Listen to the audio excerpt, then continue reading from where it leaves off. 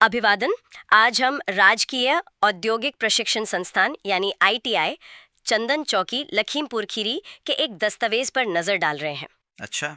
ये उनके रोजगार योग्यता कौशल मतलब एम्प्लॉयबिलिटी स्किल्स पाठ्यक्रम के बारे में है। हाँ हाँ। हमारे पास इससे जुड़े कुछ दस्तावेज हैं और इनके जरिए हम समझने की कोशिश करेंगे कि आज की दुनिया में नौकरी के लिए तैयार होने का मतलब असल में है क्या। इंटरेस्टिंग टॉपिक है। हाँ, और इस विश्लेषण का मकसद भी सीधा सा है, ये जानना कि एक तकनीकी संस्थान अपने प्रशिक्षुओं को सिर्फ मशीन चलाना या कोई खास हुनर सिखाने के अलावा और क्या देना चाहता है। बिल्कुल। पहली नज़र में ये पाठ्यक्रम काफ़ी मतलब व्यापक सा लगता है, पारंपरिक आईटीआई सिलेबस से कहीं ज़्यादा। तो चलिए देखते हैं इसमें क्या खास है। बिल्कुल, और ये देखना वाकई दिलचस्प है कि कैसे ये जो टेक्निकल ट्रेनिंग इंस्टीट्यूट्स हैं वो भी अब सिर्फ हाथ के हुनर पर नहीं रुक रहे हैं, सही। बल्कि एक व्यक्ति के ओवरऑल डेवलपमेंट पर ध्यान दे रहे हैं। हाँ। ऐसा लगता है कि सोच अब सिर्फ नौकरी पाने तक सीमित नहीं है, बल्कि एक सक्षम, जिम्मेदार और सबसे जरूरी लगातार सीखने वाला पेशेवर बनाने की है, जिसे शायद हम आज के जमाने का पेशेवर कह सकते हैं। हाँ, बिल्कुल। और पहली बात जो ध्यान खींचती है वो ये कि ये पाठ्यक्रम आईटीआई में चल रहे सभी व्यवसायों के लिए। अच्छा, सबके लिए? हाँ, सबके लिए अनिवार्य। यानी चाहे कोई इलेक्ट्रिशियन बन रहा हो या वेल्डर, सबको ये कौशल सीखने होंगे। इसका लक्ष्य साफ तौर पर आज के जॉब मार्केट और भविष्य में काम करने के तौर तरीकों के लिए तैयार करना है। सिर्फ नौकरी ढूंढना ही नहीं, बल्कि रोजगार पोर्टल्स को समझना, इंडस्ट्री ट्रेंड्स पर नजर रखना, ये सब इसमें शामिल है। ये एक महत्वपूर्ण कदम है मेरे ख्याल से। ये दिखाता है कि संस्थान समझ रहा है कि तकनीकी कौशल अपनी जगह है, बिल्कुल जरूरी है, लेकिन बाजार की जरूरतें बदल रही हैं। हाँ। आपको न सिर्फ अपना काम आना चाहिए, बल्कि ये भी पता होना चाहिए कि अवसर कहाँ हैं, कौन सी नई तकनीकें आ रही हैं। और खुद को अपडेट कैसे रखना है। एग्जैक्टली। ये एक तरह से प्रोएक्टिव होने की ट्रेनिंग है। सही। और इसी के साथ मुझे एक और पहलू काफी रोचक लगा, संवैधानिक मूल्यों पर जोर। अच्छा। जैसे जैसे? नागरिक अधिकार और कर्तव्य, समाज के प्रति जिम्मेदारी, ईमानदारी, निष्ठा, दूसरों का सम्मान, ये सब पाठ्यक्रम का हिस्सा है। हाँ। यहाँ तक कि पर्यावरण के प्रति सस्टेनेबल प्रैक्टिस अपनाने की बात भी है। मतलब तकनीकी ट्रेनिंग में इन मूल्यों को शामिल करना ये थोड़ा अनपेक्षित सा है। हाँ, अनपेक्षित जरूर लग सकता है, लेकिन मेरे हिसाब से बहुत जरूरी भी है। आप सोचिए, एक अच्छा कर्मचारी सिर्फ वो नहीं जो अपना काम बखूबी करे, बल्कि वो भी जो वर्कप्लेस के माहौल को सकारात्मक बनाए। ईमानदारी, टीम के साथ मिलकर काम करना, दूसरों का सम्मान, ये सब एक अच्छी टीम और कह सकते हैं कंपनी कल्चर की नींव हैं। सही बात है। और पर्यावरण की बात करें तो आज के दौर में सस्टेनेबिलिटी सिर्फ एक नैतिक मुद्दा नहीं रहा, नहीं रहा। हाँ, कई व्यवसायों के लिए एक अनिवार्य पहलू बन गया है। बिल्कुल सही। ये दिखाता है कि पाठ्यक्रम सिर्फ एक कर्मचारी नहीं, एक जिम्मेदार नागरिक भी तैयार करना चाहता है। बिल्कुल सही। तो मतलब ये सिर्फ तकनीकी क्षमता नहीं, बल्कि एक तरह से चरित्र निर्माण पर भी ध्यान दे रहा है। हाँ, कह सकते हैं। और फिर आते हैं 21वीं सदी के कौशल। ये टर्म आजकल काफी सुनने में आता है। बहुत ज्यादा। इस पाठ्यक्रम में आत्म जागरूकता, व्यवहार कौशल, time management, critical thinking, problem solving, रचनात्मकता जैसी चीजें शामिल हैं। एक चीज जिस पर खास जोर दिया गया है वो मुझे लगी सीखना सीखना, लर्निंग टू लर्न। हाँ। यानी लगातार सीखते रहने की मानसिकता विकसित करना। हाँ, और इस लिस्ट में जो आपने गिनाए उसमें अनुकूली सोच यानी अडेप्टिव थिंकिंग और ये निरंतर सीखने की मानसिकता, ये तो आज के समय में बेहद महत्वपूर्ण है। क्यों? मतलब इतनी तेजी से क्या बदल रहा है? अरे सब कुछ, तकनीक इतनी तेजी से बदल रही है, काम करने के तरीके बदल रहे हैं। हाँ, वो तो है। ऐसे में वही टिक पाएगा और आगे बढ़ेगा जो बदलावों को स्वीकार कर सके, नई चीजें तेजी से सीख सके और खुद को ढाल सके। ये सॉफ्ट स्किल्स अब महज अच्छी बातें नहीं रही, तो क्या बन गई हैं? ये सर्वाइवल स्किल्स बन गई बेसिकली। ये आपकी तकनीकी योग्यता को कई गुना ज्यादा मूल्यवान बनाती हैं। तो मतलब ये हुआ कि सिर्फ डिग्री या डिप्लोमा काफी नहीं है। वो एक जमाना था शायद, अब लगातार सीखते रहने की क्षमता उससे भी ज्यादा जरूरी हो सकती है। हाँ, मैं कहूँगा काफी हद तक। मतलब तकनीकी स्किल्स जरूरी हैं बेशक, लेकिन ये माइंडसेट कि मैं सीखता रहूंगा, मैं बदलती चीजों के साथ अडेप्ट करूंगा, ये शायद ज्यादा जरूरी हो गया है। अच्छा, और इसी से जुड़ा है संचार कौशल यानी कम्युनिकेशन स्किल्स। इस पर भी इस पाठ्यक्रम में काफी ध्यान दिया गया है। इसमें सिर्फ सामान्य शिष्टाचार ही नहीं, बल्कि बुनियादी अंग्रेजी भी शामिल है। रोजमर्रा की बातचीत में फॉर्मल और इनफॉर्मल अंग्रेजी का इस्तेमाल। अच्छे प्रैक्टिकल इंग्लिश मतलब? हाँ, बिल्कुल प्रैक्टिकल। साफ बोलना, अभिवादन और समापन के तरीके, यहाँ तक कि अंग्रेजी में लिखे निर्देश या ईमेल समझना और छोटे मोटे मैसेज या ईमेल लिखना भी सिखाया जा रहा है। और यहाँ दिलचस्प बात यह है कि अंग्रेजी को एक अकादमिक विषय की तरह नहीं देखा जा रहा, नहीं, बल्कि एक व्यावहारिक उपकरण, एक टूल के तौर पर। जोर इस बात पर है कि काम की जगह पर आप कैसे संवाद करते हैं, चाहे आमने सामने हो, फोन पर हो या लिखकर। मौखिक और गैर मौखिक संचार शिष्टाचार, जैसे बॉडी लैंग्वेज का ध्यान रखना, वो भी महत्वपूर्ण माना गया है। हाँ, और एक और चीज जो मुझे महत्वपूर्ण लगी वो है एक्टिव लिसनिंग, यानी ध्यान से सुनने की कला पर जोर। ओहो, ये तो बहुत जरूरी है। अक्सर हम बोलने पर ज्यादा ध्यान देते हैं, सुनने पर कम, है ना? बिल्कुल। एक्टिव लिसनिंग प्रभावी संचार की कुंजी है। अगर आप दूसरे की बात ध्यान से सुनेंगे ही नहीं तो सही जवाब कैसे देंगे या समझेंगे कैसे? सही बात है। टीम में काम करने के लिए ये कौशल और भी जरूरी हो जाता है। गलत फहमियां कम होती हैं और सहयोग बढ़ता है। ये दिखाता है कि पाठ्यक्रम संचार के हर पहलू पर ध्यान दे रहा है, बोलना, लिखना और सुनना भी। अच्छा, संचार की बात हुई तो इसी से जुड़ा एक और संवेदनशील मुद्दा है विविधता और समावेशन, डाइवर्सिटी एंड इंक्लूजन। हाँ, ये भी आजकल बहुत जरूरी है। पाठ्यक्रम में लिंग संवेदनशीलता और सभी के साथ उचित व्यवहार सुनिश्चित करने पर जोर है।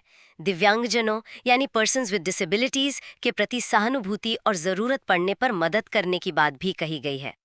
ये आज के वर्कप्लेस के लिए कितना जरूरी है? ये बेहद जरूरी है। आज कंपनियां समझ रही हैं कि एक विविधतापूर्ण और समावेशी माहौल न केवल नैतिक रूप से सही है, बल्कि ये इनोवेशन और प्रोडक्टिविटी को भी बढ़ावा देता है। जब अलग अलग पृष्ठभूमि और क्षमताओं के लोग एक साथ काम करते हैं और सबसे जरूरी सुरक्षित महसूस करते हैं, तो वो अपना सर्वश्रेष्ठ योगदान दे पाते हैं। सुरक्षित महसूस करना, हाँ बिल्कुल। और दिव्यांगजनों के प्रति संवेदनशीलता सिर्फ सहानुभूति नहीं, बल्कि एक सपोर्टिव इकोसिस्टम बनाने का प्रयास है सबके लिए। और इसी सुरक्षा के पहलू से जुड़ा है पॉश एक्ट का जिक्र। कार्यस्थल पर यौन उत्पीड़न की रोकथाम के लिए बने इस कानून के बारे में जागरूकता फैलाना भी पाठ्यक्रम का हिस्सा है। हाँ, और ये बहुत अच्छा है। पॉश अधिनियम के बारे में जानकारी होना कर्मचारियों को उनके अधिकारों और साथ ही उनकी जिम्मेदारियों के प्रति जागरूक करता है। हाँ, जिम्मेदारियां भी। बिल्कुल। ये एक सुरक्षित और सम्मानजनक कार्य वातावरण सुनिश्चित करने में मदद करता है, जो किसी भी अच्छे संस्थान के लिए प्राथमिकता होनी ही चाहिए। ये दिखाता है कि पाठ्यक्रम सिर्फ स्किल ही नहीं, बल्कि वर्कप्लेस एथिक्स और सुरक्षा पर भी ध्यान दे रहा है। सही कहा। ये तो हुई सामाजिक और व्यवहारिक बातों की, लेकिन पाठ्यक्रम में वित्तीय और कानूनी साक्षरता को भी जगह दी गई है, जो मुझे काफी प्रैक्टिकल लगा। अच्छा, फाइनेंशियल लिटरेसी। हाँ, जैसे बैंक खाते, डेबिट क्रेडिट कार्ड, लोन, बीमा जैसे वित्तीय उत्पादों को समझना, सुरक्षित तरीके से ऑनलाइन और ऑफलाइन लेन देन करना, यहाँ तक कि अपनी सैलरी स्लिप को समझना, जिसमें आय, व्यय, टैक्स, निवेश ये सब शामिल हैं। ये वाकई एक बहुत जरूरी पहलू है। अक्सर लोग नौकरी करना तो सीख जाते हैं, पर अपने कमाए हुए पैसे का मैनेजमेंट करना नहीं जानते। सही बात है। वित्तीय साक्षरता एक बुनियादी जीवन कौशल है।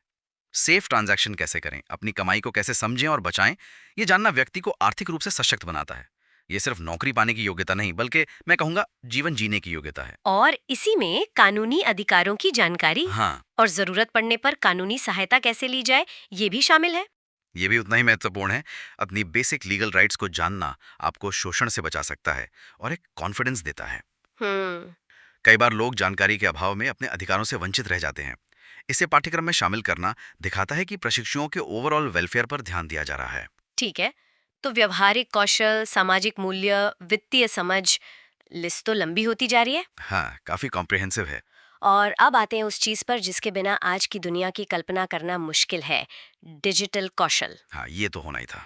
इसमें डिजिटल उपकरणों का इस्तेमाल, सुरक्षित इंटरनेट का उपयोग, चाहे वो वाईफाई हो, ब्लूटूथ या मोबाइल डेटा, सोशल मीडिया का जिम्मेदार उपयोग, ईमेल मैनेजमेंट और वर्ड, एक्सेल, पावर पॉइंट जैसे बेसिक सॉफ्टवेयर का ज्ञान शामिल है। और यहाँ फिर से सुरक्षित और जिम्मेदार शब्दों पर गौर करना जरूरी है।